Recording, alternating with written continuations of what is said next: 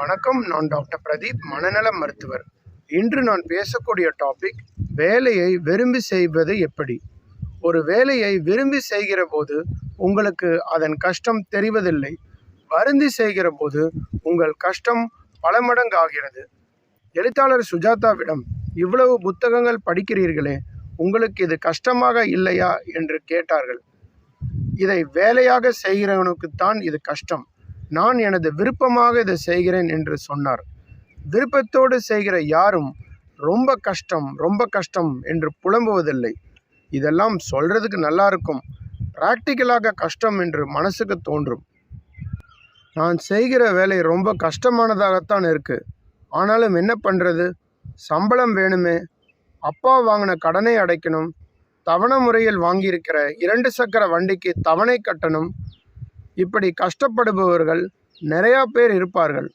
பிள்ளைக்கு பள்ளி கட்டணம், வாகனத்துக்கு தவணை, இதெல்லாம் கட்ட கஷ்டமான வேலையை செய்ய உங்கள் மனசு தயாராக இருக்கிறது.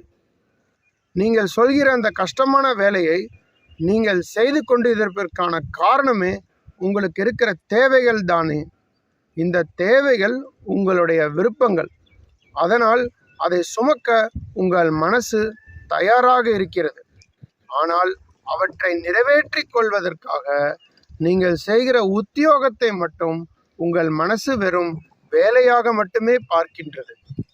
அது நான் செய்யும் வேலை கஷ்டமானது என்று புலம்ப வைக்கிறது. ஏண்டா ஆபீஸுக்கு வந்தோம் என்று அழுத்தி கொள்ள வைக்கிறது. எப்படியும் அந்த வேலையை நீங்கள் செய்துதான் ஆக வேண்டும் என்றால் ஏன் அதை நீங்கள் வெறுப்போடு செய்ய வேண்டும்? ஆசைப்பட்டு செய்யலாமே. மனசுக்கு பிடித்த சுமைகளை சுகமாக சுமப்பது போல வேலையையும் சுகமாக சுமக்கலாமே. அப்படி சுமக்குகிற போது உங்களுக்கு அதன் கணம் தெரியாது என்பதுதான் உண்மை. இரும்படிக்கிற வேலை ரொம்ப கஷ்டமானதாகத்தான் இருக்கும். ஆனால் உங்களுக்கு பிடித்த இரும்படிக்கிறவர்கள் தாங்கள் செய்யும் வேலையை மிகவும் நேர்த்தியாகவும் திருப்தியாகவும் செய்வதை நீங்கள் கவனித்திருக்க முடியும். அதனால்தான் நமக்கு அவர்களை மிகவும் பிடித்திருக்கிறது. இங்கே ஒரு விஷயத்தை நன்றாக தெரிந்து கொள்ளுங்கள். அவர்கள் உங்களது திருப்திக்காக அந்த வேலையை செய்வதில்லை. அவர்களின் திருப்திக்காகவே அந்த வேலையை அவர்கள் செய்கிறார்கள். இன்னும் சொல்ல போனால், உங்களை பற்றியெல்லாம், நீங்கள் அவர்களை பற்றி என்ன நினைப்பீர்கள் என்பதை பற்றியெல்லாம் அவர்கள் கவலைப்படுவதில்லை. இந்த துறையில் இந்த வேலையின் நெளிவு சுழிவுகளை நன்றாக தெரிந்து வைத்துள்ள நான், திருப்தியாக செய்கிற எந்த பணியும் அடுத்தவர்கள் என்னிடம் எதிர்பார்ப்பதை விட அதிக அளவு சிறப்புள்ளதாகவே இருக்கும் என்று அவர்கள் நம்புவார்கள். நீங்கள் அடிக்கடி அவரிடமே போவீர்கள், நிறைய பேரை அவருக்கு அறிமுகப்படுத்துவீர்கள். அவருடைய பட்டியலை பெரிதாகும். சில நடைமுறைகள் மூலம் வேலையில் ஆர்வத்தை மெதுவாக வளர்த்து கொள்ளலாம். முதலில் வேலைக்கு அர்த்தம் கொடுங்கள். ஏன் இந்த வேலையை செய்கிறேன் என்பதை நினைவில் வையுங்கள். குடும்பம், பாதுகாப்பான வாழ்க்கை, எதிர்கால வளர்ச்சி.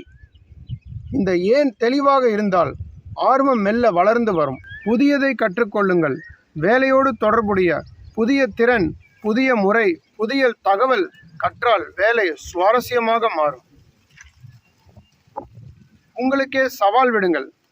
நேற்று செய்ததை விட இன்று சிறப்பாக செய்யலாமா என்று உங்களுக்கே சவால் விடுங்கள்.